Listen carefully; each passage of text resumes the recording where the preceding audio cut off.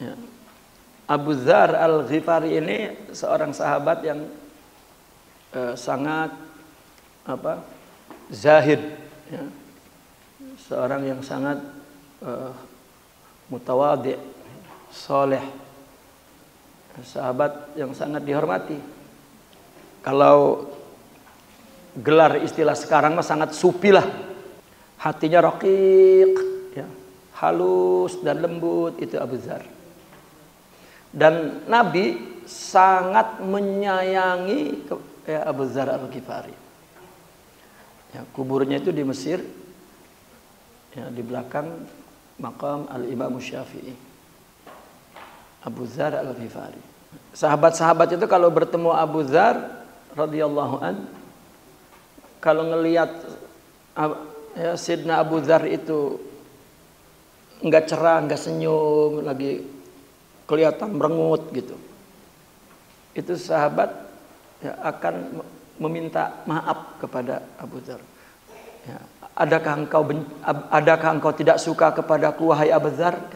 Padahal mah sedih mungkin karena habis diomelin bini atau apa di rumah. Ya.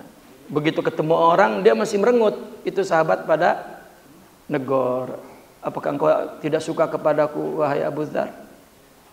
Ya, kata beliau tidak. Ya. Hatta seorang sahabat yang dikenal sebagai perawi hadis, ya, Abu Darda, pernah bertemu kepada Abu Dzar lagi merengut.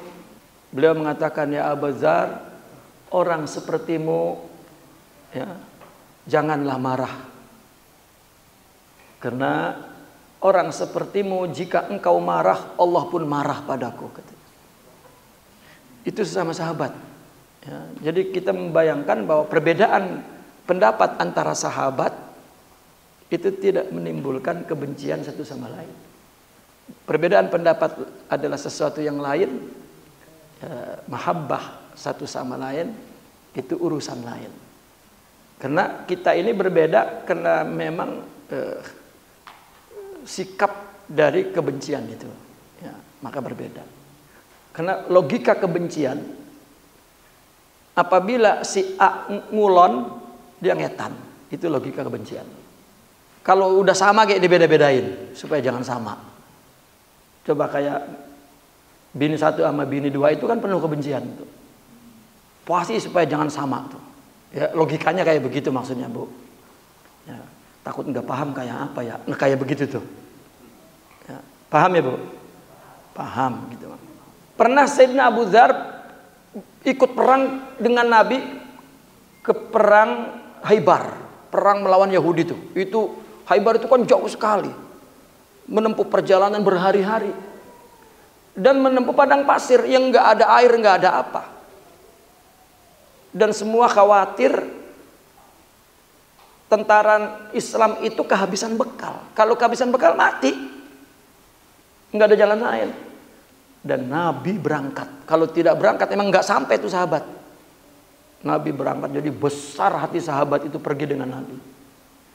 Dan di sepanjang perjalanan, ya ada sahabat yang kelaparan, keminuman, kehausan, udah nggak tahan, jatuh, mati. Dan apabila mati, ya Nabi menyuruh tinggal. Lah kalau berhenti, mati semua. Tinggal. Begitu satu ketika, sempoyongan itu Abu Dzar udah jalannya.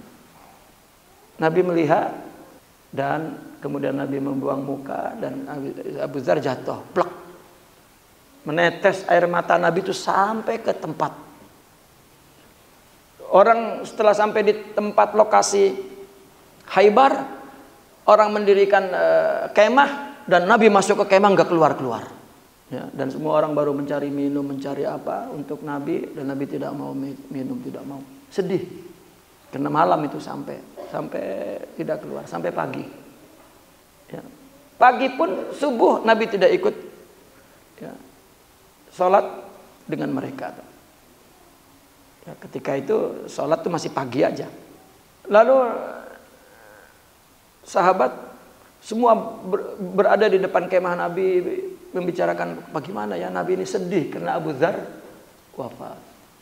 Pagi-pagi matahari kan terbit tuh. Dan memang datang dari matahari terbit. ngelihat dari jauh ada ya, bayang-bayang orang datang. Ya, maka diberitahu kepada Rasulullah, ya Rasulullah ada yang datang.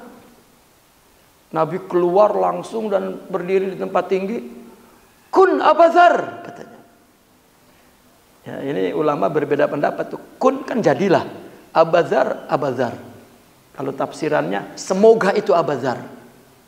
Itu bagi para muhaddisin, bagi para fuqaha. Tapi bagi orang sufi mengatakan kun Abu Dzar itu ada ya. Itu satu password yang Allah pinjemin kepada Nabi di dunia, dan ini dikritik nih. Ya. Ini live bisa ada yang bully nih tafsiran ini. Ya, jadilah engkau Abu Dzar, dan betul setelah sampai Abu Dzar. Itu salah satu bukti kesayangan Rasulullah Shallallahu Alaihi Wasallam kepada Sayyidina Abu Dzar Al-Ghifari, karena dia pun masuk Islam itu unik. Ketika masuk Islam itu dia bawa satu suku dia, karena dia kepala suku, dibawa kepala suku itu naik kuda, ngelihat dari jauh ngebul, wah, kan Abu Dzar bisa ngadep Nabi, ya, kemudian dia pamit pulang, ya, itu nggak masuk Islam ntar nungguin dia sama masyarakatnya, ya, dikirain dia pergi mau balas dendam, dan dikenal suku itu suku penyamun, perampok ya, dari suku itu. Maka sahabat ribut, Abu Dzar mau balas Abu Dzar. Ya, kata Nabi, biarkan dia masuk. Ya, itu sekampung dibawa sama dia masuk Islam.